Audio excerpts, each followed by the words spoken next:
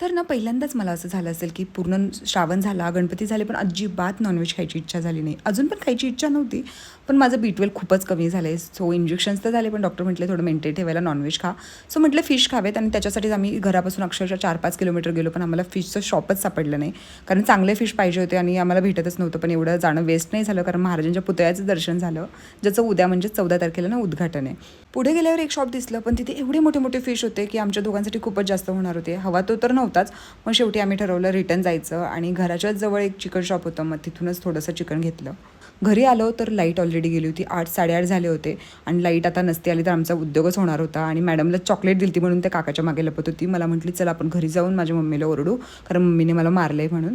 त्याच्यानंतर थोड्या वेळाने शिजलं वगैरे चिकन आणि लाईट आली. मग पटपट मी सगळं बनवून घेतलं. ऑलमोस्ट आम्हाला 9:30 झाले होते सगळं बनवायला वगैरे. आणि किट्टूला पण चिकन आवडतं, सो तिच्या घरी थोडंसं दिलं, पण ती इकडेच आली होती. तिच्या मम्मीने पण मस्त असे चिकन पकोडे बनवले होते, खूप मस्त झाले होते. आणि एवढा मेनू होता, पण मॅडमचा फुल फोकस फक्त त्या पिवळ्या सूपवरतीच होता. त्याच्यानंतर 12 वाजले, पण तिला जायची काही इच्छा होत नव्हती. खेळण्यातनं मनच भरत नव्हतं.